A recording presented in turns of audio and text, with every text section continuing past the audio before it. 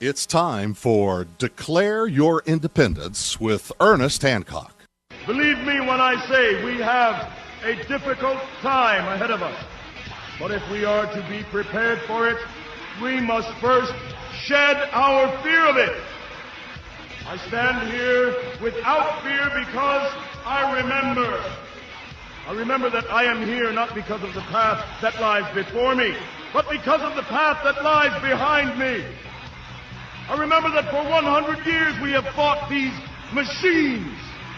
And after a century of war, I remember that which matters most. We are still here!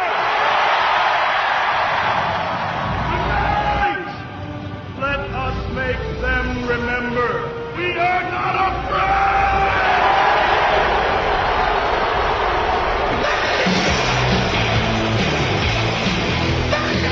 No fear! No fear! No fear! Here on Declare Your Independence with me, Ernest Hancock.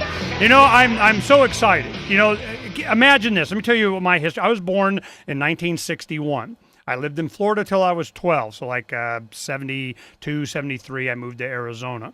Now, the space race was my father used to own a Gulf service station. You know, it was a full service station. Full service. I'm pumping gas at 7, 8 years old, man. I'm a 35-year-old midget. Just give me my tip and I'll check your oil. Now, during that time, Gulf had I remember it was a, tab A, slot B kind of lunar lander thing. It was a big sheet, probably 11 by 17 out of cardboard that you would tear out and you would, fold it and so on, and it made a lunar lander with a separate, it had the lander and then the capsule that took off from the moon went back into the command module. And I was putting these together, and I wish I saved one of those because, that'd be worth lots of money right now.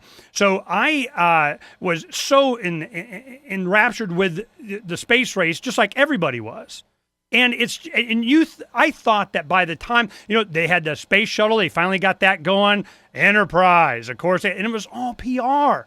It was all PR. It was all distraction. It was all, and that's one thing. We'll have Michael Before back on talk about his new book, DARPA. The mad scientist. And you can see he gave this one story that he talked about when he went out to the Mojave airport out there where Burt Rutan has scaled composites. Now, the reason it's called scaled composites is they would make prototypes to scale, like a half or a quarter version of a working model they'd actually build of some type of innovation and aerodynamics that some contractors say, well, give us a mock-up of this and we want to do some flight testing on it because it's better to do that than wind tunnel and that kind of thing. So he would scale it down. It would be made out of composites. Now they'd use fiberglass and they upped it into carbon fibers. Well, he was building all kinds of interesting aircraft. Now one of those in the late 80s was Voyager. Now, his brother, Dick Rutan, and his girlfriend, Jean Yeager, I think was her name, not related to Chuck Yeager, but they were out in this Mojave out there. That's where Edwards Air Force Base is and some other aerospace aircraft landing, doing place out there. It's great for doing this kind because you got a lot of area. Now, this old World War II training facility that was out there, they reopened it, and he was one of the first guys to come out. And this is where I want to be. I don't have anything else to do other than focus on aircraft anyway. So if you're out there, you're either eating or you're working. That's how it works. Well, what happened was he did Voyager, and it was the first time an aircraft circumnavigated the globe, went all the way around the Earth on one tank of gas. And I think it took like 9 days. It was over a week. It was a long time. And you went in this capsule, and it just one fill of gas, and you went all the way around the world. Now, that, demonstrated the innovation of the time then. This is 80s. Now, that's in the Air and Space Museum, the Smithsonian in Washington, D.C. also. Now, that certainly put him on the map, along with his really cool designs of his Rutan aircraft that he had before, that he did as kits. So he made a lot of money doing that, but really what he wanted to do, he had a space dream too. Well, when the Anasari X Prize came out, it was, okay, I can do this. And he came up with the concept, the idea of the wings folding up. So it was like a shuttlecock. It kind of oriented itself into re-entry so that it was a worry-free re-entry. Well, that was a big innovation right there.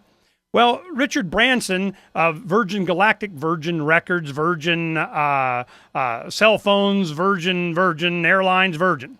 Now, what happened, he's in the news today because he's not making his payments to Heathrow Airport in the United Kingdom because they didn't clear snow fast enough, cost him a lot of money. He's like, hey, man, I say you guys suck.